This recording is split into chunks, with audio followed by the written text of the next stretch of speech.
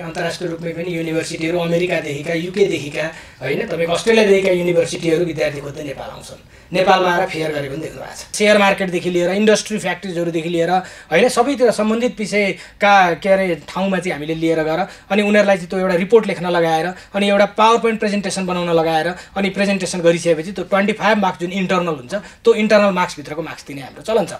एउटा global citizen कसरी बन्ने भन्ने सन्दर्भमा चाहिँ अनि हामीले यो 21st सेन्चुरी स्किल्सको एक्सक्लुसिभ क्लासहरू पनि दिन्छौँ। अनि नेपालको नियम कानुन अनुसार नेपालभित्र महानगरपालिका अथवा पालिकाहरूको होइन चाहिँ नियम कानुन अनुसार भित्र रहेर चलेका संस्थाहरूले चाहिँ विज्ञापन गर्न नहुने कुराले पनि त कस्तो आयो त भन्दाखेरि हामी त सरकारकै नीति विदेश पठाउने चाहिँ बढी भयो जस्तो देखिएन। सार्वजनिक विद्यालय भयो, सहकारीबाट चलेका विद्यालय छन् अनि कम्युनिटीबाट चलेका समुदायबाट चलेका विद्यालयहरू पनि छन् जहाँ चाहिँ केही चाहिँ थोरै फी उठाएर पनि चलाइरहेको छ भने कहीँ 100 रुपियाँ महिनामा फी लिएर चल्ने विद्यालय टाइपका विद्यालय पनि सुन्नु भएको छ। नमस्कार, शिक्षा संवादमा स्वागत छ। म भावना लम्साल। हामीले शिक्षा संवादमा शिक्षा क्षेत्रका विषयहरूलाई उठान गर्ने गर्छौं।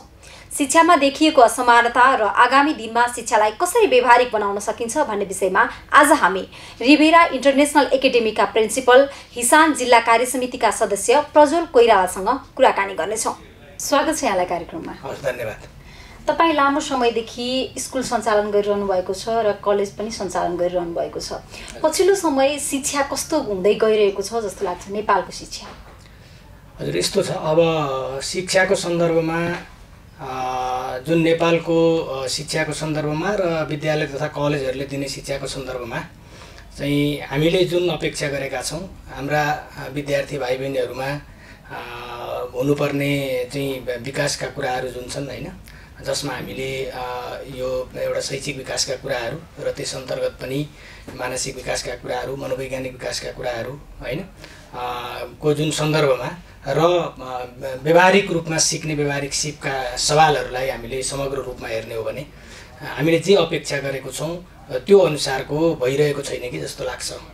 तर त्यसमा चाहिँ पाठ्यक्रमले जे निर्दिष्ट गरेको छ, पाठ्यक्रमले निर्दिष्ट गरेका कुराहरू चाहिँ नै पूर्ण रूपमा चाहिँ पालना गरेर शिक्षण सिकाइ क्रियाकलाप गर्ने सन्दर्भमा चाहिँ केही कमी कमजोरीहरू भएका हुन् कि जस्तो लाग्छ। अहिले त नयाँ पाठ्यक्रम पनि कक्षा 1 देखि 12 सम्म नै नयाँ पाठ्यक्रम लागू भएको अवस्था छ होइन।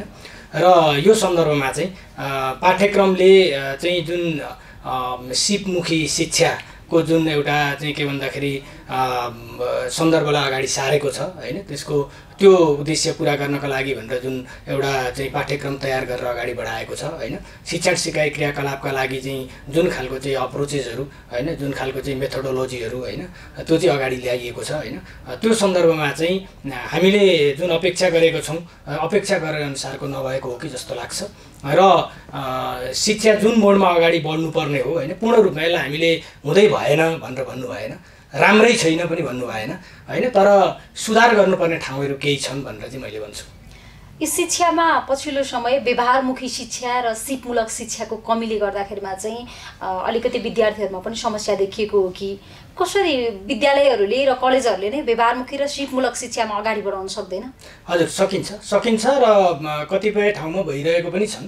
यसलाई हामीले चाहिँ केही पनि भइरहेको छैन भन्ने सन्दर्भमा नलिउँ। चाहे हामी सार्वजनिक शिक्षाका कुरा गरौँ होइन, चाहे निजी शिक्षाका चाहिँ कुराहरू गरौँ होइन, दुवै सन्दर्भमा चाहिँ मैले भनिहालेँ अघि पनि होइन, पाठ्यक्रमले के निर्दिष्ट के उद्देश्य स्थापित गरेको छ होइन भन्ने कुराहरू गर्दाखेरि चाहिँ व्यवहारिक रूपमा चाहिँ जुन सिप सिक्न आवश्यक छ त्यो सिक्न आवश्यकता अनुसारको पाठ्यक्रम तयार गरेर हामीलाई शिक्षण सिकाइको लागि अगाडि दिएको छ भनौँ न, बढाएको छ भनौँ होइन भने।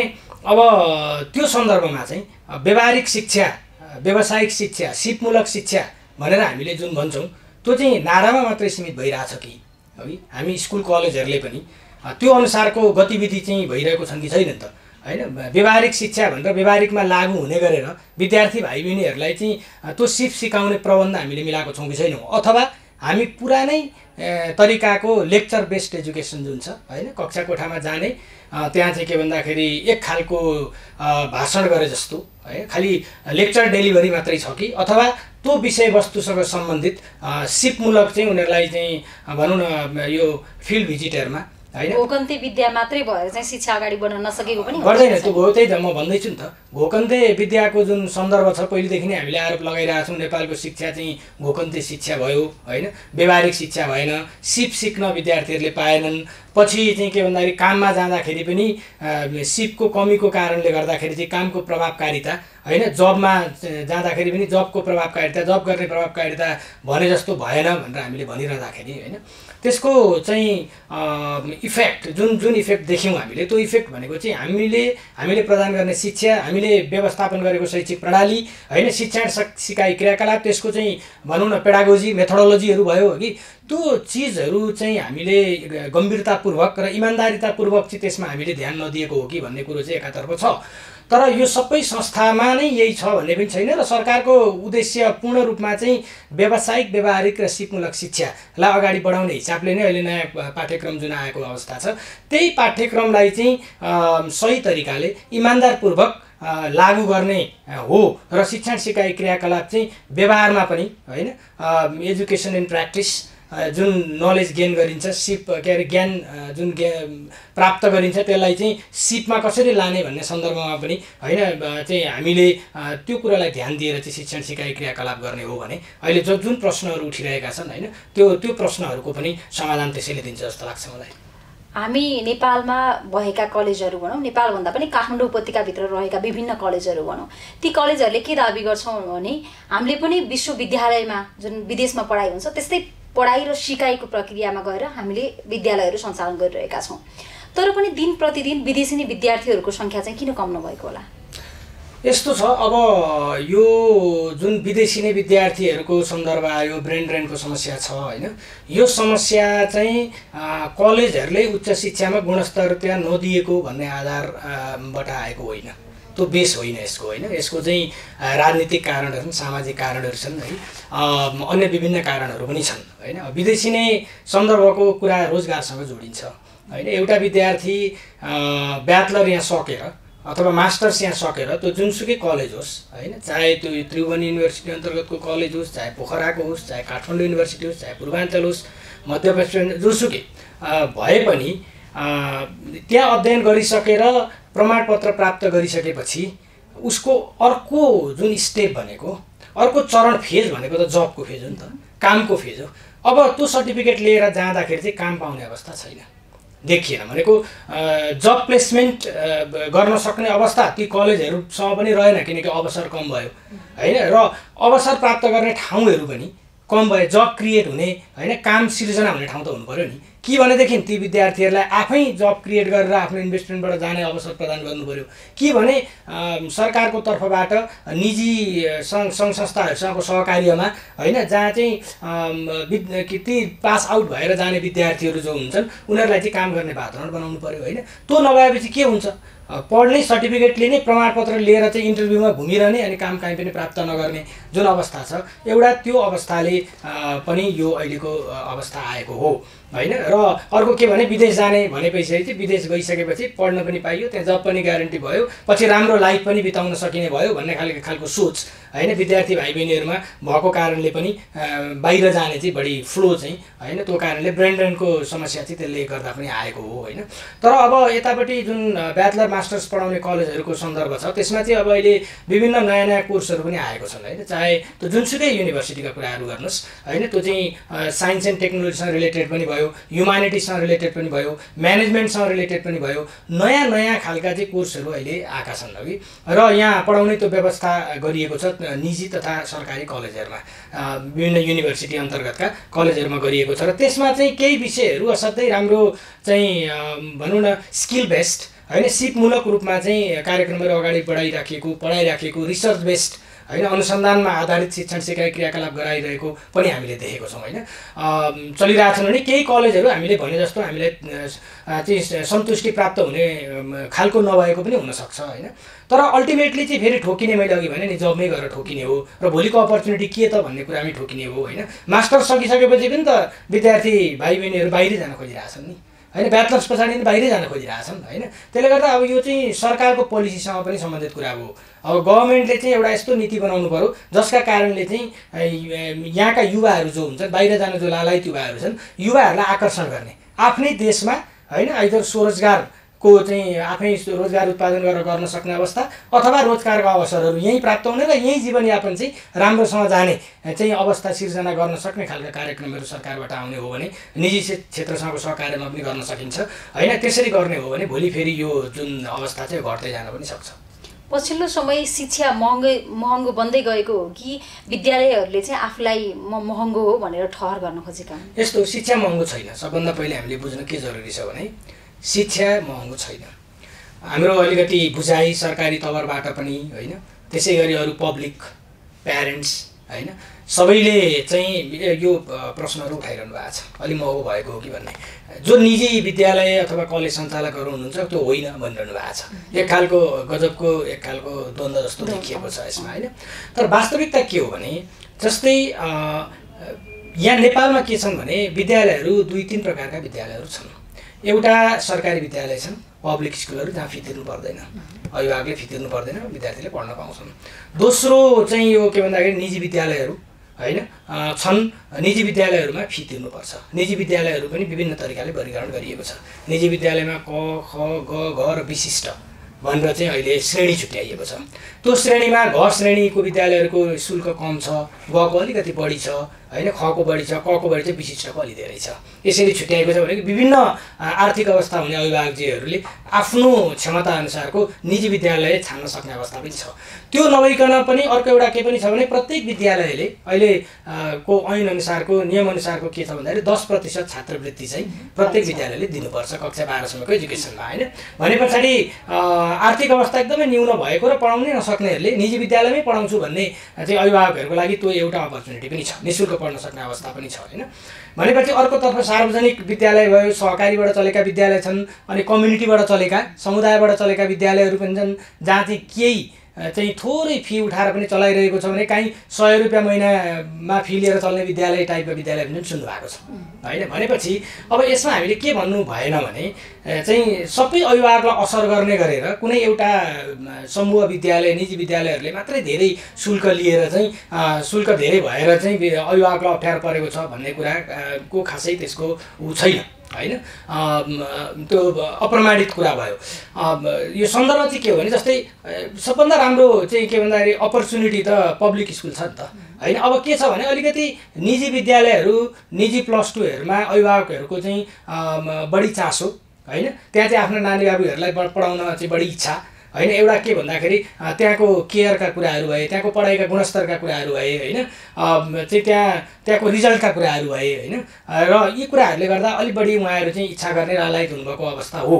तर अब अहिलेको सन्दर्भ हेर्नु भने बिस्तारै बिस्तारै सरकारी होइन पब्लिक स्कुलहरूमा पनि राम्रो चाहिँ व्यवस्थापन सहितको शिक्षण सिकाइ क्रियाकलापहरू पनि प्रभावकारी रूपमा एउटा जुन गुणस्तरको हामीले परिकल्पना गरेका छौँ होइन, त्यो गुणस्तर अनुसारको पढाइ भइरहेको अवस्था छ। अब गुणस्तरलाई पनि विभिन्न तरिकाले हामी परिभाषित गर्छौँ होइन। अब हाम्रो विद्यालयमा चाहिँ एक रिजल्ट राम्रो छ, 100% छ, हामी एकदमै हाइली गुणस्तर हो कि होइन भन्ने सन्दर्भहरू पनि आउँछन्। अब त्यसलाई चाहिँ आफ्नो आफ्नो तरिकाले विश्लेषण गर्ने गरिएको छ होइन।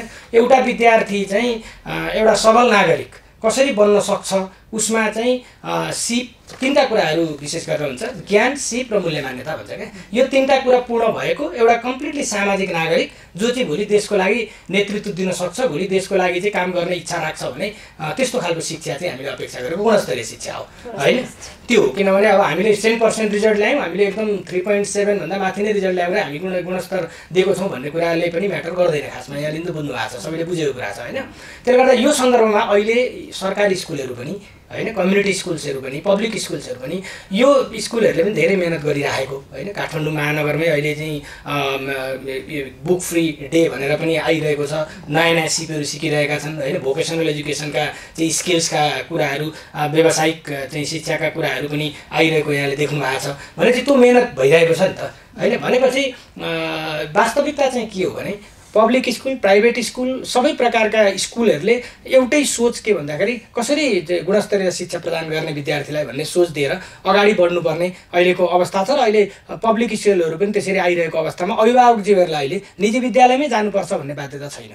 अब पब्लिक स्कुलहरूमा पनि गएर आफ्नो नानीबाबुलाई पढाउनु पर्ने अवस्था भएको हुनाले प्राइभेट स्कुलले त्यसरी अभिभावकलाई कुनै पनि हिसाबले बाध्य पारे जस्तो लाग्दैन मलाई। अघि हजुरले यहाँको पब्लिक स्कुलको कुरा जोडिरहँदा पब्लिक स्कुल चाहिँ गुणस्तरीय बन्दै गयो भने फेरि निजी विद्यालयलाई असर पर्न सक्छ नि होइन? होइन, केही फरक पर्दैन। जस्तै के हुन्छ भने एउटा विद्यालय सञ्चालकले मेरो विद्यालय असाध्यै राम्रो चलाएर, किनकि निजी विद्यालय भनेको चाहिँ यो सर्भिस ओरिएन्टेड बिजनेस नै हो होइन, यो चाहिँ किनभने सेवामूलक व्यवसाय त हो, व्यवसाय नै हो भने चाहिँ एउटा निजी विद्यालय एउटा कलेजले चाहिँ त्यसबाट म असाध्यै राम्रो चलाउँछु, क्वालिटी पनि दिन्छु, गुणस्तर राम्रो भएको राम्रो विद्यार्थी उत्पादन गर्छु, भोलिको देशको सबल नागरिक म उत्पादन गर्छु भनेर उसले मेहनत गर्छ, मेहनत गरेर त्यो फी लिन्छ, शुल्क लिन्छ होइन, शुल्क लिए अनुसारको उसले चलाउँछ, केही नाफा भयो भने नाफा खान्छ होइन, त्यसरी चलेको विद्यालय। अब पब्लिक स्कुल अब त्यसको इन्भेस्टमेन्ट पब्लिकको हुन्छ, सरकारको इन्भेस्टमेन्ट हुन्छ, सरकारको इन्भेस्टमेन्टमा चलेको त्यो विद्यालय हो। अब हामीले अब निजी विद्यालयले सरकारी विद्यालयको अथवा सरकारको आरिस गरेर हुन्छ र? हुँदैन नि।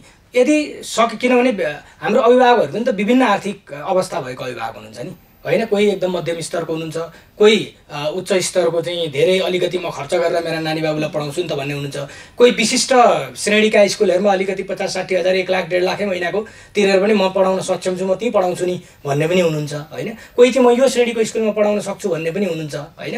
भनेपछि त अभिभावकहरूको लागि त चोइस छ नि त होइन। त्यसले गर्दाखेरि अब जो विद्यालयहरू एकदम राम्रो गुणस्तरमा र तपाईँको के भन्दाखेरि रिजनेबल फीमा होइन, एकदमै रिजनेबल शुल्कमा, औसत शुल्कमा राम्रो गुणस्तर दिएर चाहिँ म अगाडि लिएर जान्छु भन्नुहुन्छ, त्यस्ता विद्यालयहरू टिक्छन्, अगाडि हुँदै जान्छन् होइन।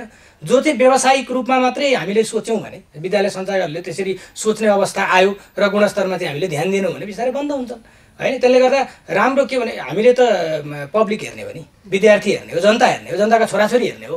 जनताको छोराछोरीले निःशुल्क पढ्न पाउने हो भने त त्यहाँ त हामीले पनि सहयोग गर्नुपर्छ। हामीले पनि भनेको अरू निजी विद्यालयहरूले, निजी कलेजहरूले पनि त्यो चाहिँ के भन्दाखेरि सपोर्ट गरेर अगाडि जानुपर्ने कुरो छ। त्यसले गर्दाखेरि अब भोलि चाहिँ हामीलाई असर पर्छ, हामी टिक्दैनौँ कि बन्द हुन्छौँ कि भनेर डराउने होइन नि त। हाम्रो सेन्टर अफ इन्ट्रेस्ट भनेको त नेसन बिल्डिङ हो नि त, देशको निर्माण पो हो त होइन, मलाई चाहिँ त्यस्तो लाग्छ। अर्को कुरा जस्तै तपाईँले छात्रवृत्तिको कुरा जोड्नुभयो, कस्तो विद्यार्थीले चाहिँ तपाईँको कलेजमा चाहिँ कस्तो विद्यार्थीले छात्रवृत्ति पाउँछन् 11-12सम्म पढ्दाखेरिमा? यस्तो छ, त्यो छात्रवृत्तिको चाहिँ एउटा महानगरको नियम छ, महानगरको ऐन छ, काठमाडौँ महानगरको होइन, त्यो ऐन अनुसारको केही नियम छन् होइन। 10% मध्ये पनि 5% चाहिँ महानगरले पठाएको, उहाँले रिकमेन्ड गरेको चाहिँ विद्यार्थीहरूलाई हामीले छात्रवृत्ति दिनुपर्ने हुन्छ। अनि त्यस्तो 5% भित्र पनि गरिब, आर्थिक अवस्था कमजोर भएका होइन, दलित, जनजाति, द्वन्द्व पीडित होइन भनेर यसरी चाहिँ एउटा क्याटेगोरीहरू छुट्याइदिएको हुन्छ क्या। अनि त्यो जतिसुकै बाहिर देख्दाखेरिमा जतिसुकै क्याटेगोरी छुट्याए पनि, जतिसुकै विद्यार्थीहरूलाई दिनुपर्छ भने तापनि तीभित्र चाहिँ कतिपय अभिभावकहरूको के गुनासो छ भने आफ्ना आफ्ना मान्छेलाई मात्रै दिने गरेका छन्, प्राय सम्बन्धित ठाउँसम्म चाहिँ पुग्दैन, सम्बन्धित जो विद्यार्थीलाई पाउनुपर्ने हो उनीहरूले चाहिँ पाएको छैन भने पनि एक हिसाबको गुनासो छ। होइन, यस्तो छ, अब गुनासो त सबै कुराहरूमा केही न केही, काहीँ न काहीँ थोरै तिनै केही मिसिङ पोइन्टहरू, कमजोरीहरू हुन सक्छन्। अब त्यस्तो हुँदैन 100% नै त म भन्दिनँ होइन। तर प्राय के हुन्छ भने नियम ऐन अनुसारको 10% जुन छात्रवृत्ति हामीले दिने हो होइन, त्यही किनभने त्यो मध्येको पनि 5% त हामीलाई ओडाले होइन, अब पालिकाले नै सिफारिस गरिदिएर पठाएका विद्यार्थीहरू हुन्छन्, त्यो हाम्रो हातमा हुँदैन होइन। त्यो उहाँहरूले दिएर पठाएकोमा अब हामीले स्कुलले यसो गरौँ भन्ने त्यसमा प्रश्नै आउँदैन होइन। त्यो उहाँहरूले चाहिँ आफूले बुझेर जानेर आर्थिक अवस्थादेखि लिएर कमजोर भएका विद्यार्थीहरू होइन देखि लिएर अन्यलाई उहाँहरूले सिफारिस गरेर पठाउनुहुन्छ, त्यो हामीले त्यसलाई हामीले नि अध्ययन गरेर होइन चाहिँ छात्रवृत्ति लगभग 100%लाई हामी दिन्छौँ, त्यो समस्या भएन। अर्को 5% जुन हामीले दिनेछ होइन, त्यो पनि विशेष गरेर अब एउटा त इन्टेलिजेन्ट स्कलरसिप होइन, जयन्दार छात्रवृत्ति पनि हुन्छ, पढाइ एकदमै राम्रा भएका विद्यार्थीहरूलाई दिने छात्रवृत्ति हुन्छ, त्यो अब त्यस्तै विद्यार्थीहरूले पाउने भए होइन। त्यसै गरी तपाईँको आर्थिक अवस्था कमजोर भएका यसै गरी चाहिँ हाम्रा सम्पर्कमा पनि त्यस्ता विद्यार्थीहरू आउँछन् र त्यस्ता विद्यार्थीहरूलाई चाहिँ हामीले छात्रवृत्ति दिने गरेका छौँ। त्यसले अब एउटा दुईवटा संस्थामा थोरै केही 1% 2% कमजोरी भयो भनेर सबै संस्थालाई एकै ठाउँमा राखेर हेर्न त मिलेन होइन। तर जेनरली मलाई इन जेनरल चाहिँ के लाग्छ भने त्यस्तो खालको नभएको हुनुपर्ने हो। अर्को कुरा जस्तै हामीले शिक्षा क्षेत्रको विभिन्न शिक्षामा चाहिँ परिष्कृत भइरहेको छ, परिमार्जन भएर पहिलादेखि हामी चक र डस्टरबाट सुरु गरेको आज व्हाइट बोर्डमा लेख्न सक्ने भइसकेका छौँ। यो सँगै शिक्षामा चाहिँ अलिकति महँगी पनि बढेको त छ, तर अहिले पछिल्लो समय महँगी बढ्दा बढ्दै पनि शिक्षामा चाहिँ अब जब भर्ना सुरु हुन्छ त्यसपछि विभिन्न कलेजहरूले विभिन्न ठाउँमा जाने, प्रोग्राम गर्ने, विद्यार्थीहरूलाई आफूतिर तान्ने जस्ता विभिन्न कार्यक्रमहरू चाहिँ गरिरहेको देखिन्छ। यो कतिको आवश्यकता हो जस्तो लाग्छ? यस्तो दुईटा पर्सपेक्टिभ छ यसमा। एउटा के छ भन्नुहुन्छ भने विद्यालय जेनरली निजी विद्यालयहरूको हकमा यस्तो देखिएको हो हैन। पब्लिक विद्यालयले त्यति धेरै अहिले इन्ट्रेस्ट गरेको देखिँदैन। पब्लिक विद्यालयसँग त देखिँदैन, अहिले निजीमा देखिएको छ। यहाँले इन्डिकेट गर्न खोज्नु भएको त्यहाँ मैले बुझेँ त्यो होइन। त्यसमा दुईटा पर्सपेक्टिभ छ।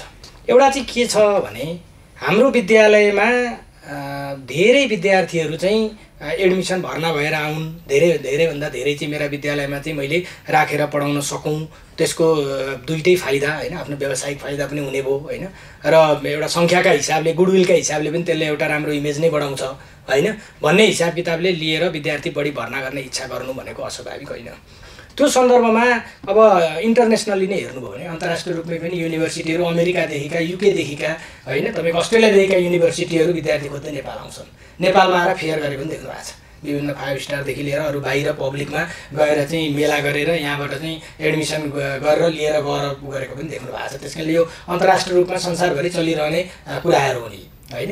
अब त्यसै गरी यहाँ पनि यो मैले अर्को पर्सपेक्टिभ के भन्न खोजेको भने जस्तै विज्ञापन गर्नु नराम्रो होइन। मेरो विद्यालयमा आउने, मेरो कलेजमा आउने, मेरो विद्यालय राम्रो छ, यो कारणले गर्दाखेरि चाहिँ मेरो विद्यालय कलेज राम्रो छ होइन भन्ने हिसाब किताबले चाहिँ त्यो इन्फर्मेसन डेलिभरीको लागि होइन, यो चाहिँ एउटा इन्फर्मेटिभ चाहिँ भयो त्यो टार्गेट भने चाहिँ होइन, त्यो एकदमै राम्रो भयो। त्यसले गर्दा त्यो अगाडि पछाडि रिजल्ट हुनु नहुनुसँग त्यसले त्यति म्याटर गर्दैन। तर एउटा कुरा चाहिँ के भन्दाखेरि अब एसई दिएर बसेका नानी बाबुहरू छन्, अहिलेको कन्टेक्स्टलाई हामीले हेर्ने हो भने होइन, अब रिजल्ट आउनु बाँकी छ। अनि रिजल्ट आइसकेपछि अनि बल्ल भर्ना प्रक्रिया सुरु हुने हो। त्यो वास्तवमा एउटा जेनरल रुल, स्टेट रुल जुन छ नि, त्यो रुल त्यही नै हो, नियम त्यही नै हो, गर्नुपर्ने त्यही नै हो। अहिलेदेखि एकदमै धेरै विज्ञापन गरेर असाध्यै तानातानै गर्नुपर्ने अवस्था अहिले होइन होइन, त्यो जरुरी पनि छैन खासमा होइन।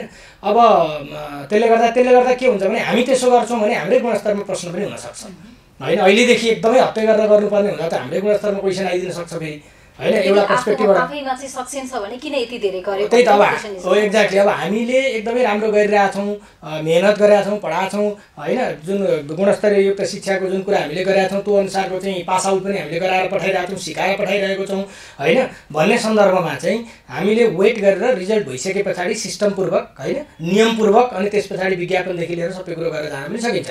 तर अहिले पनि विज्ञापन गर्ने कुरो गलत हो जस्तो चाहिँ मलाई लाग्दैन, किन एउटा इन्फर्मेसन दिने कुरा मात्रै हो यो होइन। कलेजको बारेमा चाहिँ अहिले समय फुर्सदै छ होइन, फुर्सदै समयमा विद्यार्थीहरूलाई पनि अलिकति रिजल्ट हुने बित्तिकै त तुरुन्त क्लास लाग्ने कुराहरू पनि हुन्छन्, अलिकति धेरै कुराहरू बुझ्न, कलेजहरूमा जान, भिजिट गर्न जान समय पनि अलिक कम हुन्छ होइन। त्यसले अहिलेबाट अब लगभग पास हुन्छौँ भन्ने विद्यार्थीलाई भइसकेकै हुन्छ भनेपछि होइन, त्यस पछाडि कलेजहरू भिजिट गर्ने, हेर्ने, बुझेर आउने अनि रिजल्ट भइसक्दा निर्णय गर्न सजिलो हो नि त होइन। त्यो पर्सपेक्टिभबाट हेर्दा यो राम्रो कुरा हो, यसले खासै केही पनि बिगार्दैन। तर यही बिचमा चाहिँ एडमिसन लिइहाल्ने होइन, तानातान गर्ने, अर्कोमा गएकोलाई मेरामा आइज कममा पढाइदिन्छु भन्ने होइन, अर्कोमा जाने म त त्यहाँ पढाइदिइहाल्छु नि, तँलाई त्यति पो भनु भन्ने, अब यस्तो खालको प्रवृत्तिहरू यदि गरिरहेछौँ हामीले भने त्यो चाहिँ गलत हो होइन। त्यसो गर्नु हुँदैन, त्यो आवश्यकता पनि छैन होइन। त्यसले गर्दा अब बिस्तारै भनौँ न, अब बिस्तारै रिजल्ट हुने बित्तिकै त प्रक्रियाहरू सुरु भइसकेपछि जुनसुकै माध्यमको चाहिँ हामीले के भने विभिन्न खाले नियमभित्र रहेर होइन, फेरि कतिपय अब महानगरको भयो अथवा नेपालकै पनि अब शिक्षा ऐन नियमअनुसार, नियमावली अनुसार होइन नै हामीले चल्नुपर्छ। त्योभन्दा बाहिर जान त हामीले मिल्दैन कुनै पनि होइन। फेरि अब त्यो एउटा भनौँ न स्थानीय निकायमा बसेपछि स्थानीय निकायका पनि विभिन्न व्यवसायदेखि लिएर सबै कुरा सञ्चालन गर्ने कुराका नियमहरू पनि छन्। त्यो नियम, त्यो परिधिभित्र रहेर पनि बस्नु पर्यो हामी होइन। त्यो भित्र रहेर चाहिँ हामीले विज्ञापन गर्ने सन्दर्भमा चाहिँ हामीले सक्छौँ। तर एउटा इस्यु चाहिँ के चाहिँ हो भने जस्तै चाहे नगरपालिकाकै कुरा गरौँ, चाहे नेपाल सरकारकै कुरा गरौँ, कुनै एउटा जस्तै अघिको यहाँले चाहिँ नेपालमै उच्च शिक्षाको र ब्रेन ड्रेनको कुरा पनि गर्नुभएको थियो, अलिकति म यसमा कनेक्ट गरिदिन्छु होइन। यसमा के छ भनेदेखि बाहिरबाट चलेको संस्थाहरू जस्तै भनौँ न क्याम्ब्रिज युनिभर्सिटीको उसबाट चलेको ए लेभल भयो आइबी कोर्सहरू बाहिरी बोर्डबाट चलेको छन्, आइबी कोर्सहरू होइन। त्यसै गरी तपाईँको माथि ब्याचलरदेखि माथिका अब विदेशी युनिभर्सिटीहरूका चाहिँ युनिभर्सिटीहरू यहाँ आइरहेछन्। खुल्ला रूपमा फेयर गर्नेदेखि लिएर एडमिसन गर्नेदेखि लिएर सबै कुरो लान सक्ने, सबै कुरा फ्री गर्ने, स्वतन्त्र रूपमा छोडिदिने। ए लेभलको अहिलेबाट क्लास सुरु गराइदिइहाल्न पनि फरक नपर्ने, आइबीको क्लास रिजल्ट नै नभइकन सुरु गरिदिनु पनि फरक नपर्ने। अनि नेपालको नियम कानुन अनुसार नेपालभित्र महानगरपालिका अथवा पालिकाहरूको होइन ती नियम कानुन अनुसारभित्र रहेर चलेका संस्थाहरूले चाहिँ विज्ञापन गर्न नहुने कुराले पनि त कस्तो आयो त भन्दाखेरि हामी त सरकारकै नीति विदेश पठाउने चाहिँ बढी भयो जस्तो देखिएन। यसले त झन् के फाइदा भयो त? आफ्नालाई प्रमोट गर्नुपर्ने, आफ्नालाई चाहिँ त नगर, खबरदार भनेको छ। अहिले एडमिसन गर्न पाउँदैनस् भनेको छ, विज्ञापन गर्न पाउँदैनस् भनेको छ होइन। अनि अरूलाई चाहिँ खुल्ला छोडिदिएको छ।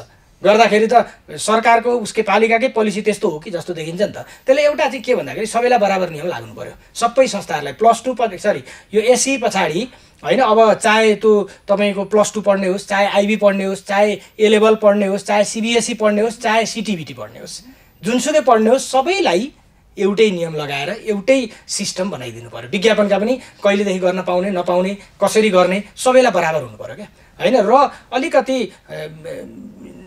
देशभित्रका शैक्षिक संस्थाहरूलाई प्रमोट गर्ने गरेर, जस्तै प्राइभेट संस्थामा समस्या छ भने समस्या के त? त्यसका पछाडि लागेर त्यसलाई बन्द गरौँ भने समस्या समाधान हुन्छ कि? अथवा त्यसलाई मोनिटरिङ गरेर होइन त्यसलाई नियमन गर्न सकिन्छ नि त। नियम गरेर सिस्टमभित्र ल्याउने त।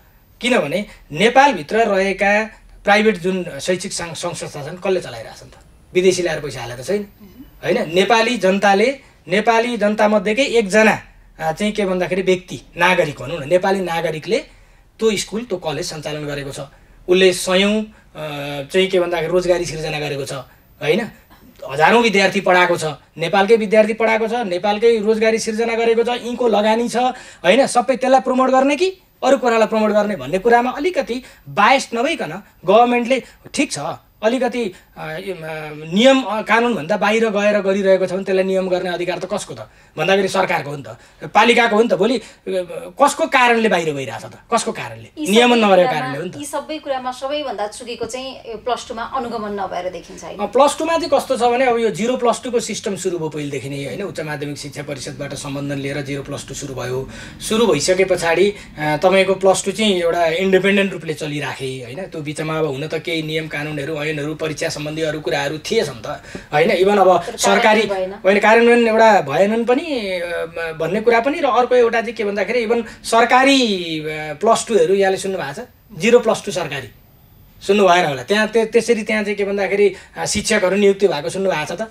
छैन नि त होइन। त्यसले गर्दा त्यो के छ त भन्दाखेरि त्यो पछि अब जुन एउटा पोलिसी आयो कि अब 0+2 चाहिँ बिस्तारै बन्द गर्दै जानुपर्छ होइन। अब स्कुलबाट चाहिँ 11-12 अपग्रेड गर्दै 12सम्म चाहिँ लिएर जाने हो र त्यसरी चलाउनुपर्छ। अनि जो 0+2 चलाइरहनु भएको थियो उहाँहरूलाई पनि रिक्वेस्ट आयो, पछि नियमावली पनि आयो होइन। अब अहिले ऐन पनि शिक्षा ऐन आउने क्रममा छ, बनिरहेको छ। तपाईँहरू पनि अब स्कुलबाट +2 ल्याउनुहोस्, चलाउनुहोस्, नचलाउने भन्ने कुरा होइन। तर यसरी नियमपूर्वक लिएर आउनुहोस् भनेर चाहिँ जुन एउटा अवसर पनि दियो गभर्मेन्टले, र सायद सबै साथीभाइहरूले त्यो चलाउने उयोहरूले गरि पनि रहनु भएको छ अनि सम्बन्धित चाहिँ सङ्घ संस्थाहरूले उहाँहरूले गरि पनि रहनु भएको छ होइन। भनेपछि महत्त्वपूर्ण विषय भनेको चाहिँ के हो भन्दाखेरि नियम कानुन अन्तर्गत रहेर अनि संस्था चलाउने। यदि चल्दैन, यहाँ चाहिँ समस्या कस्तो भयो भने सरकारले पनि, पालिकाले पनि, ब्युरोक्रेसीले पनि, सबैले पनि खनिएको छ के भन्दा चाहिँ प्राइभेट एजुकेसन, प्राइभेट संस्था, शैक्षिक संस्था चलाउने सञ्चालकहरू विरुद्धमा चाहिँ कुराहरू आइरहने, यसो गरे, उसो गरे, यो गरे, त्यो गरे भन्ने कुरो आइरहेछ क्या। तर मलाई चाहिँ के लाग्छ भने गरे त के कारणले गरे? यदि गरेका छन् भने है होइन। गरे कसैले एउटा दुईवटा काहीँ होला, त्यसरी आउने हो, सबैले गर्दैनन् पनि होइन। गरे भने कसका कारणले त? सरकारी निकायले राम्रो नियमन गर्ने हो भने, फलोअप गरिदिने हो भने गर्न सक्छ कसैले? सम्भव छ। अहिले केही उदाहरणहरू त हामीले काठमाडौँ महानगरपालिकामा पनि देखिरहेछौँ नि। अरू पनि 1-2टा महानगरपालिकाले पनि गरिरहेछन् नि। सरकारले पनि 1-2टा चाहिँ त्यस्तै अहिले रिसेन्ट हामीले देखिरहेछौँ नि त। अलिकति भिडेर लागेर गर्दाखेरि त हुँदो रहेछ नि त भन्ने देखिरहेछौँ भनेदेखि हो त्यो कुरा मोनिटरिङ चाहिँ एकदमै स्पिड बनाउनु पऱ्यो, एक्टिभ बनाउनु पऱ्यो, अनेस्टली मोनिटरिङ गर्नु पऱ्यो होइन। त्यसो भए चाहिँ सबै लाइनमा आइहाल्छ नि, सबैले चाहिँ त्यो सिस्टम अन्तर्गत रहेर काम गरिहाल्छ नि। त्यसरी बाहिर जाने हुँदैन। बाहिर चाहिँ के अरे भाषण गर्दै हिँड्नुपर्ने जरुरी आउँदैन नि होइन। मेरो कुरा चाहिँ त्यो हो। हामी कार्यक्रमको अन्तिम आइसकेका छौँ। जो एससी दिएर बसेका विद्यार्थीहरू हुन्छ ती विद्यार्थीले तपाईँको कलेज नै किन रोज्ने? यस्तो छ, हाम्रो कलेज नै किन रोज्ने राम्रो प्रश्न गर्नुभयो होइन। अब हामी अलिकति फरक सोचले चलाइरहेको कलेज हो हाम्रो कलेज चाहिँ होइन। थोरै विद्यार्थी राख्ने, सीमित विद्यार्थी मात्रै राख्ने र ती सीमित विद्यार्थीहरूलाई चाहिँ हामीले जुन यो क्वालिटी एजुकेसनको परिकल्पना गरेका छौँ, सिपमूलक शिक्षाको जुन परिकल्पना गरेका छौँ होइन, त्यो चाहिँ पूर्ण रूपमा व्यावहारिक रूपमा त्यसलाई प्रयोग गरेर विद्यार्थी भाइ बहिनीलाई शिक्षा दिन सकिन्छ कि सकिँदैन भन्ने सोच राखेर चाहिँ खोलिएको संस्था हो हाम्रो चाहिँ। हामीले यो 11-12 अब अहिले कलेज भन्ने चलन छ, वास्तवमा 12सम्म सेकेन्डरी एजुकेसन नै हो होइन। 1 देखि 12सम्म को स्कुल हो हाम्रो र कलेज पनि हो 11-12 होइन। र त्यसमा चाहिँ हामीले चाहिँ के गरेको छौँ भने 3टा कुरालाई हामीले फोकस गर्छौँ। जस्तै एउटा विद्यार्थी भोलि 12 पास आउट भएर गइसकेपछि भोलिको चाहिँ कस्तो बनोस् होइन, एउटा नागरिकको रूपमा ऊ कस्तो बनोस्, एउटा सक्षम नागरिक बनोस् भन्ने जुन एउटा सन्दर्भ छ, त्यो सन्दर्भलाई लिएर चाहिँ हामीले 3टा कुरामा फोकस गर्ने भनेका छौँ। ज्ञान, सिप र मूल्य मान्यता होइन। किनकि एउटा अब हामीले जुन पाठ्यक्रम छ, पाठ्यक्रमको अनुसार पाठ्यक्रममा भएका जुन के भन्दा विषयवस्तु छन् त्यो विषयवस्तुलाई फोकस गरेर होइन पढाएर राम्रो डेलिभरी क्लासरुममा दिएर होइन एक्टिभिटीहरू गराएर होइन उसलाई चाहिँ राम्रो ज्ञान प्राप्त गरोस्, उसले सिकोस् कि पाठ्यपुस्तकमा भएका चाहिँ ज्ञानहरूले सिकोस्। दोस्रो, त्यो ज्ञानलाई सिपमा बदल्न के गर्नुपर्छ त होइन, त्यसलाई चाहिँ अब एजुकेसन इन प्र्याक्टिसको रूपमा चाहिँ होइन व्यावहारिक रूपमा लर्निङ बाई डुइङको कन्सेप्टलाई लिएर चाहिँ विद्यार्थी भाइ बहिनीहरूलाई चाहिँ रिसर्च बेस्ड एजुकेसन भनेर फोकस गरेका छौँ हामीले। अनुसन्धानमा आधारित शिक्षण सिकाइ होइन। र त्यसमा चाहिँ हामीले के गर्छौँ त, अनुसन्धान 2 खालको अनुसन्धानहरू हुन्छन् जेनरली होइन। रिसर्च अब हामीले मिनी रिसर्च गर्ने हुन् 11-12 का विद्यार्थी भाइ बहिनीहरूले होइन। एउटा आर्म चेयर रिसर्च भन्ने हुन्छ जुन कुर्सीमा बसेर कम्प्युटरमा अगाडि बसेर होइन गर्छन्। एउटा अब डाइरेक्ट रिसर्चमा फिजिकल रिसर्चमा उनीहरू बाहिर फिल्डमा जाने होइन, सेकेन्डरी प्राइमेरी डाटा कलेक्सनहरू मेथडहरू युज गरेर चाहिँ फिल्डमा जाने, फिल्डमा गएर डाटा कलेक्सन गर्ने अनि आउने अनि त्यसको प्रेजेन्टेसन गर्ने, पावर पोइन्ट प्रेजेन्टेसन गर्ने होइन। त्यसले हामीले चाहिँ के गर्छौँ भन्दाखेरि कुनै पनि टपिक विद्यार्थी भाइ बहिनीहरूलाई हामीले पढाइसकेपछि त्यस पछाडि सम्बन्धित टपिकसँग रिलेटेड, चाहे त्यो साइन्समा होस्, चाहे त्यो म्यानेजमेन्टमा होस्, चाहे त्यो लमा होस्, 3टै फ्याकल्टीमा चाहिँ हामीले फिल्ड भिजिटलाई लान्छौँ। फ्रिक्वेन्टली हुन्छ फिल्ड भिजिट होइन। मर्निङ कलेज चलाइरहेको छौँ हामीले, डे टाइममा हामी चाहिँ उनीहरूलाई क्लास पनि डिस्टर्ब नगरिकन होइन फ्रिक्वेन्टली हामी फिल्ड भिजिटमा लिएर जान्छौँ। फिल्ड भिजिटमा लगिसकेपछि विद्यार्थीहरू ब्याङ्कदेखि लिएर इन्सुरेन्सदेखि लिएर म्यानेजमेन्टको स्टुडेन्टको कुरा गर्दैछु मैले, इन्सुरेन्सदेखि लिएर सेयर मार्केटदेखि लिएर इन्डस्ट्री फ्याक्ट्रिजहरूदेखि लिएर होइन सबैतिर सम्बन्धित विषयका के अरे ठाउँमा चाहिँ हामीले लिएर गएर अनि उनीहरूलाई चाहिँ त्यो एउटा रिपोर्ट लेख्न लगाएर अनि एउटा पावर पोइन्ट प्रेजेन्टेसन बनाउन लगाएर अनि प्रेजेन्टेसन गरिसकेपछि त्यो 25 मार्क्स जुन इन्टर्नल हुन्छ त्यो इन्टर्नल मार्क्सभित्रको मार्क्स दिने हाम्रो चलन छ। र प्रत्येक विद्यार्थीले अनिवार्य रूपमा सबै काम गर्नुपर्छ, प्रेजेन्टेसन पनि गर्नुपर्छ र रुटिनमै हामीले चाहिँ प्रत्येक हप्ता प्रेजेन्टेसनको सेड्युल बनाएका छौँ र त्यसमा इन्भल्भ हुनैपर्छ विद्यार्थीहरू होइन। र 3टै फ्याकल्टीको मैले कुरा गरेको छु। साइन्सको पनि साइन्ससँग रिलेटेड चाहिँ के भन्दाखेरि फिल्ड भिजिटहरू गराउने होइन। लको त हामीले 4वटै अदालत, सर्वोच्च अदालत, जिल्ला अदालत, उच्च अदालत, विशेष अदालत सबै अदालतमा रेगुलर विद्यार्थीलाई लिएर जाने, जुडिसियल काउन्सिलमा, न्याय परिषदमा भयो, काठमाडौँ महानगरपालिकाको न्यायिक विभाग भयो होइनदेखि लिएर अरू विभिन्न क्षेत्रमा फरेन्सिक ल्याब सम्बन्धी कुराहरूदेखि लिएर होइन यो सब चिजहरूमा चाहिँ हामीले भिजिट गराउने, लिएर जाने, स्टडी गराउने अनि आउने, प्रेजेन्टेसन गराउने, क्लासमा त्यो प्र्याक्टिस गराउने, इभन मुड कोडको होइन यो के भन्दाखेरि चाहिँ प्र्याक्टिसहरू पनि होइन अदालत, नमुना अदालतको प्र्याक्टिसहरू पनि कलेजमा गराउने, बाहिर पठाउने। अब यो खालको सोचले एउटा रिसर्च बेस्ड एजुकेसन, एउटा चाहिँ के भन्दाखेरि स्किल बेस्ड एजुकेसनको कन्सेप्टलाई चाहिँ हामीले लिएर हामीले चलाइरहेछौँ होइन। इभन ल कलेज त हाम्रो नेपालकै दोस्रो कलेज हो +2मा होइन, त्यसरी हामीले चलाइरहेछौँ। त्यसले गर्दाखेरि त्यो र अनि अर्को हाम्रो के छ भन्नु होला भने यो जुन के भन्दाखेरि एक्स्ट्रा एक्टिभिटिजहरूमा नि इसिए एक्स्ट्रा एक्टिभिटिजहरू नै हजुरको चाहिँ के भन्दाखेरि यो स्पोर्ट्सदेखि लिएर होइन यो म्युजिक, डान्स, आर्ट, फाइन आर्ट्सदेखि लिएर होइन ड्रामा, यो चाहिँ मार्सल आर्ट, यो सबै इसिएमा पनि सिक्न सक्ने कुराहरू पनि हामीले व्यवस्थापन गरिदिएको छ इन्ट्रेस्ट हुने विद्यार्थीहरूको लागि होइन। अनि त्यसै गरी रिक्रिएसनल एक्टिभिटिजहरूमा नि टुरदेखि लिएर होइन यो पिकनिकिङदेखि लिएर अरू हाइकिङ यस्तो खालको चाहिँ रेगुलर प्रोग्रामहरू यस्तो पनि राखेको छौँ हामीले होइन।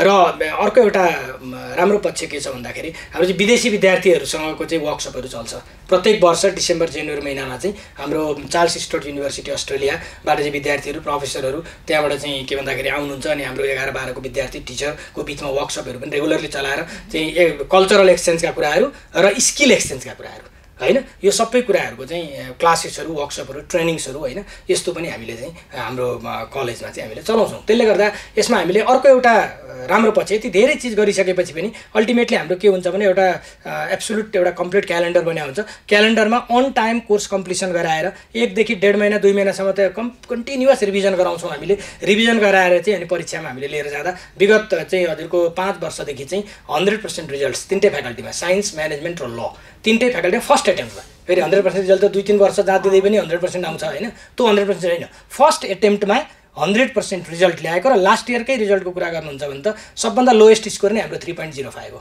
3.05 +2 मा भनेको राम्रै स्कोर हो हैन।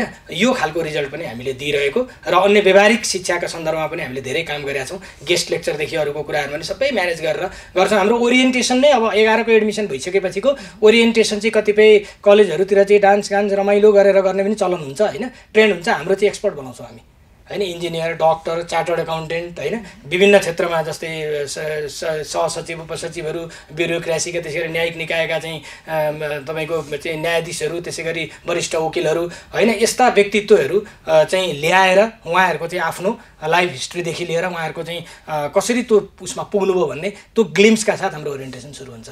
त्यहाँबाट सुरु भएर अनि बल्ल हाम्रो चाहिँ त्यो जुन के भन्दा व्यावहारिक शिक्षाको जुन कन्सेप्ट हामीले बनाएको छौँ त्यो कन्सेप्ट अनुसार चाहिँ हामीले चलाएर लिएर चाहिँ गएको हुनाले विद्यार्थीहरू चाहिँ जो विद्यार्थी जो चाहिँ सिक्न चाहनुहुन्छ, सिप सिक्न चाहनुहुन्छ हैन। र अर्को एउटा हामीले चाहिँ एउटा स्लोगन बनाएको छौँ, के छ भने यो a destination for 21st century skills भनेर एउटा स्लोगन छ हाम्रो कलेजको। त्यो चाहिँ विगत 10 वर्षदेखि नै छ, स्कुलमा 25औं वर्षदेखि छ, कलेजमा 10 वर्षदेखि छ। त्यो चाहिँ अहिलेको 21औं शताब्दीको सिपहरू चाहिँ के हुन्, किन अहिलेको समय फरक छ, शताब्दी फरक छ, अहिलेको हाइली एडभान्स्ड यो चाहिँ एज हो र यो टेक्नोलोजिकल्ली एडभान्स्ड एजमा कस्ता स्किल्सहरू सिक्यौँ भने चाहिँ भोलि हामी सक्सेस हुन्छौँ त, वर्ल्ड वाइड रूपमा ग्लोबल एउटा लर्नर्स कसरी बन्ने, एउटा ग्लोबल सिटिजन कसरी बन्ने भन्ने सन्दर्भमा चाहिँ अनि हामीले यो 21st सेन्चुरी स्किल्सको एक्सक्लुसिभ क्लासहरू पनि दिन्छौँ क्या, त्यो पनि छ। र अनि अल्टिमेट चाहिँ हाम्रो के छ भने अघि यहाँले सोध्दै हुनुहुन्थ्यो, धेरै प्रश्नहरू त्यो सम्बन्धी सोध्नुभयो। हाम्रो main slogan lead the nation भन्ने छ, नेतृत्व राष्ट्रका लागि हैन। त्यसले विदेश जानु होइन, हामीले काउन्सिलिङ गर्दैनौँ। अलिकति एउटा अघिकोमा म यहीँ जोडेर अनि म सक्छु, यो एउटा चाहिँ हामी जो स्कुलहरू छौँ नि, स्कुलहरू +2 कलेजहरू छौँ नि, हामीले चाहिँ म तिमीलाई आइएल्स राम्रो गराइदिन्छु, मेरामा आइएल्सका टिचर छन्, मेरामा टोफेलका टिचर छन्, चिन्ता गर्नु पर्दैन, बाहिर जान यहीँबाट हुन्छ भनेर पनि बिग्रेको हो एउटा चाहिँ। कतिपय कलेजहरूले त्यो पनि गरेको सुनेका छौँ, हामीले देखेको त छैन, नदेखेको कुरा भन्नु भएन, काहीँ हामीले सुनेका छौँ। यसले पनि अलिकति बिग्रिया छ है यो सन्दर्भमा चाहिँ। कलेजमा, स्कुलमा हैन, हामीले नेपालमै बस्ने हो, यहीँ नेतृत्व गर्ने हो, चाहे हामी भोलि डक्टर बनौँ, इन्जिनियर बनौँ, चार्टर्ड एकाउन्टेन्ट बनौँ, प्रोफेसर बनौँ, तर नेपालमै हामीले सेवा गर्नुपर्छ, यो देश हामीले बनाउने हो। अहिले बनेको छैन भने अब हामीले बनाउने हो नि त भन्ने सोच चाहिँ विद्यार्थीहरूमा ल्याउनुपर्छ, त्यस्तो खालको शिक्षा दिनुपर्छ भनेर हामी भिड्ने हो भने हैन। प्राइभेट पब्लिक सबै स्कुलमा यो खालको काउन्सिलिङ रेगुलर गर्ने हो भने पनि अलिकति चेन्ज चाहिँ आउँछ है हैन भन्ने सन्दर्भमा रिभेरा हाम्रो स्कुलले चाहिँ, हाम्रो कलेजले चाहिँ के गरिरहेछ त भन्नुहुन्छ भन्दा यो लिड द नेसन भनेर, नेतृत्व राष्ट्रको लागि भनेर त्यो खालको चाहिँ 11-12 मा पनि स्कुलमा पनि यो खालको चाहिँ हामीले एउटा अभियान हैन चलाएर अगाडि गइरहेछौँ। त्यसले पनि हजुरको चाहिँ अलिकति रिभेरामा आउँदा एउटा बेनिफिट हुन्छ। जस्तै गुणस्तरीय शिक्षासँगै सिपमूलक शिक्षाको हामीले कुराकानी गऱ्यौँ, यसको लागि चाहिँ सरकारले निजी विद्यालयहरूसँग समन्वय गरेर कस्ता काम गर्दै भने चाहिँ विद्यार्थीहरू अब आफ्नो शिक्षासँगै सिपका लागि नै विदेशी हो बढी मात्रामा, त त्यो विदेशी विद्यार्थीहरू पनि रोक्नको लागि त सिपले केही महत्त्वपूर्ण भूमिका निर्वाह गर्थ्यो। सरकारले चाहिँ निजी विद्यालयहरूसँग कस्ता किसिमका समन्वय गरिदियो भने चाहिँ यो कार्य सहज हुन्थ्यो होला। यस्तो छ, एजुकेसन डेलिभरीको हकमा, नलेज डेलिभरीको हकमा हैन, जस्तै अब शिक्षा दिने हकमा र शिक्षाको विद्यार्थीहरूलाई शिक्षा दिने जुन प्रक्रिया छ त्यो प्रक्रियाको हकमा त्यति धेरै समस्या छैन हैन। एउटा प्राइभेट एजुकेसनमा पनि हैन, प्राइभेट विद्यालयहरूमा, निजी विद्यालयहरूमा पनि एउटा सरकारले के गर्न सक्छ भने, हुन त निजी विद्यालय कलेजहरूले गरिरहेछन्, एउटा सरकारले जसरी सरकारी विद्यालयहरूलाई धेरै बढीभन्दा बढी प्रशिक्षणका कार्यक्रम राखेका हुन्छ नि, निजी विद्यालयहरूलाई पनि समेट्नु पर्यो हैन। किन पाठ्यक्रम बनाउनेदेखि लिएर सबै जिम्मा त सरकारको हो नि त हैन, पाठ्यक्रम विकास केन्द्रको हो, त्यहाँ एक्सपर्ट्सहरू हुनुहुन्छ हैन, उहाँहरूले बनाएको पाठ्यक्रमहरू त हैन, उहाँहरूबाटै त्यसको चाहिँ के भन्दाखेरि ट्रेनिङहरू भयो भने, वर्कसपहरू चलाइदिने हो भने हैन, त्यो खालको चाहिँ एउटा ह्युमन रिसोर्सेसहरू तयार गरेर, ट्रेनर्सहरू तयार गरेर त्योबाट सरकारी सँगसँगै निजी विद्यालयका शिक्षक शिक्षिकाहरूलाई पनि प्रशिक्षणको कार्यक्रमहरू चाहिँ राखिदिने हो रेगुलर हो भने एउटा त्यहाँबाट समस्या समाधान हुन्छ भने, अर्को चाहिँ के छ भन्दाखेरि अब रोजगारमूलक शिक्षा भन्ने, व्यावसायिक शिक्षा भन्ने, सिपमूलक शिक्षा भन्ने, अनि सिप सिक्ने कहाँ त स्कुलभित्र मात्र त सिप सिकिँदैन, कलेजभित्र मात्र त सिप सिकिँदैन। सिप सिक्नको लागि त यातायात कार्यालय पनि पुग्नु पर्ला, सिप सिक्नको लागि त एउटा इन्जिनियरिङको एउटा संस्थामा पनि पुग्नु पर्ला, हाइड्रोइलेक्ट्रिसिटी प्रोजेक्टभित्र पनि पुग्नु पर्ला होइन, सर्वोच्च अदालतभित्र पनि पुग्नु पर्ला सिप सिक्नका निमित्त होइन। आइटी पार्क बनाएको छ गभर्मेन्टले, आइटी पार्कमा जानु पर्ला होइन। त्यसै गरी टेलिकम्युनिकेसनमा जानु पर्ला, अरू भनेको सरकारसँग एग्रिकल्चर कृषिसँग सम्बन्धित ठाउँमा जानु पर्ला, उद्योगसँग सम्बन्धित ठाउँमा जानु पर्ला नि त। भने त्यसमा चाहिँ स्कुल कलेजहरूलाई चाहिँ समन्वय गरेर होइन एउटा प्र्याक्टिकल्ली एउटा चाहिँ भोकेसनल्ली त्यो एजुकेसन सिक्न सक्ने प्रावधान त्यो एउटा अवसर भनौँ न होइन दिने हो भने, समन्वय गर्ने हो भने त्यो सन्दर्भमा एक्सपर्ट उपलब्ध गराउनेदेखि लिएर ट्रेनिङ दिनेदेखि लिएर, जस्तै प्राइभेट स्कुलका पनि शिक्षक शिक्षिकाहरूदेखि लिएर अरू ट्रेनरहरू पनि प्राइभेट ट्रेनरहरू पनि हुन्छन् नि त होइन, प्रशिक्षकहरू पनि हुन्छन्। त्यस्ता प्रशिक्षकलाई ट्रेनिङ दिनेदेखि लिएर वर्कसपमा सहभागी गराउनेदेखि लिएर होइन, त्यस पछाडि यस्ता अवसरहरू क्या फिल्ड भिजिटका प्रशस्त अवसरहरू चाहिँ क्रिएट गर्ने हो भने होइन। र केही इन्भेस्टमेन्ट गरेर कुनै नयाँ प्रोजेक्टहरू लन्च गर्नु पर्यो भने पनि के भन्दाखेरि प्राइभेट इन्भेस्टरहरूसँग चाहिँ कोअर्डिनेट गरेर समन्वय गरेर होइन त्यस्ता कार्यक्रमहरू पनि लन्च गर्न सकिन्छ होइन। तर त्यसमा चाहिँ के चाहिँ हुनु पऱ्यो भने पब्लिक सेक्टरको स्पेसल्ली सरकारको सोच चाहिँ यो प्राइभेट संस्था भनेको नि हाम्रै हुन्, प्राइभेट संस्था डुब्दा 50जना एउटा प्राइभेट संस्थामा काम गर्ने 50जना बेरोजगार हुँदा कसलाई लस हुन्छ? गभर्मेन्टलाई लस हुन्छ नि त, हामीलाई नै लस हुन्छ है। त्यो ट्याक्सका हिसाबले नि लस हुन्छ। एउटा के भन्दाखेरि आफ्नै देशका आफ्नै जनता बेरोजगार भए भोलि त उनीहरूलाई नै पाल्नुपर्ने स्थिति आउँछ, कसरी गर्ने होला भन्ने हिसाबले पनि लस हुन्छ, विभिन्न तरिकाले लस हुन्छ नि त होइन। भनेपछि यी पनि आफ्नो देशभित्र आफ्नो टेरिटोरीभित्र रहेका चाहिँ संस्था हाम्रै संस्था हुन्, यिनीहरूलाई हामीले नै चाहिँ प्रमोट गरेर लिएर जानुपर्छ। बन्द हुने स्थिति भयो भने हामीले ख्याल गर्नु पर्यो, यसलाई कसरी प्रमोट गर्ने, कसरी माथि लिएर जाने भन्ने कुरा हामीले सोचेर गर्नुपर्छ। नेगेटिभली होइन पोजिटिभली बरु कोअर्डिनेट गरेर समन्वय गरेर चाहिँ प्राइभेट संस्थालाई पनि माथि लिएर जाउँ भनेर भन्नु भने दुईवटा फाइदा हुन्छ। एउटा फाइदा तपाईँको के हुन्छ भन्नुहुन्छ भने एउटा फाइदा क्वालिटी एजुकेसनको जुन कुरा गरिरहनु भएको छ होइन, मैले अघि पनि भने क्वालिटी एजुकेसनलाई विभिन्न तरिकाले मापन गरिन्छ। क्वालिटी एजुकेसनको सन्दर्भमा व्यावसायिक सिपमूलक होइन मानवीय मूल्य मान्यता सहितको भ्यालु बेस्ड एजुकेसन जुन भन्छौँ नि त, भ्यालु बेस्ड एजुकेसनको जुन एउटा कन्सर्न छ त्यो कन्सर्न पनि पुरा हुन्छ होइन। र अर्कोतर्फ चाहिँ गभर्मेन्टले एक्सपेक्टेसन गरेको ट्याक्स जुन हुन्छ कर होइन, कर पनि प्रशस्त उठ्ने खालको सम्भावना बढ्छ। किन जति बढी तपाईँको यो व्यवसायहरू अभिवृद्धि भएर गए, प्रमोट भएर गए, कर बढ्ने त हो होइन। दुवै आर्थिक पनि फाइदा हुने भयो, यतापट्टि क्वालिटीको पनि फाइदा हुने भयो, दुईटै बेनिफिट हुन्छ। त्यसले गर्दा प्राइभेट इन्स्टिट्युसनहरूसँग चाहिँ गभर्मेन्टले कोअर्डिनेट गरेर जाँदा एकदमै राम्रो हुन्छ। व्यस्त समयका बावजुद पनि यहाँसम्म आइदिनु भयो, त्यसको लागि धेरै धेरै धन्यवाद। हवस्, धन्यवाद। मलाई पनि यो स्टुडियोमा बोलाएर केही कुराहरू राख्न दिनु हो, केन्द्रबिन्दु.com लगायत तपाईँलाई पनि म धेरै धेरै धन्यवाद दिन चाहन्छु। हस्, नमस्ते। हस्, नमस्ते, धन्यवाद। आज हामीले प्रज्वल कोइरालासँग शिक्षा क्षेत्रभित्र रहेका विविध विषयमा कुराकानी गर्यौँ। भोलि फेरि शिक्षा क्षेत्रसँग जोडिनु भएका व्यक्तित्वहरूसँग कुराकानी गर्नेछौँ। तपाईँ भने केन्द्रबिन्दु टिभी हेर्दै गर्नुहोला। हवस् त, नमस्कार। सर्वाधिक लोकप्रिय सावित्री कञ्चनजङ्घा अगरबत्ती।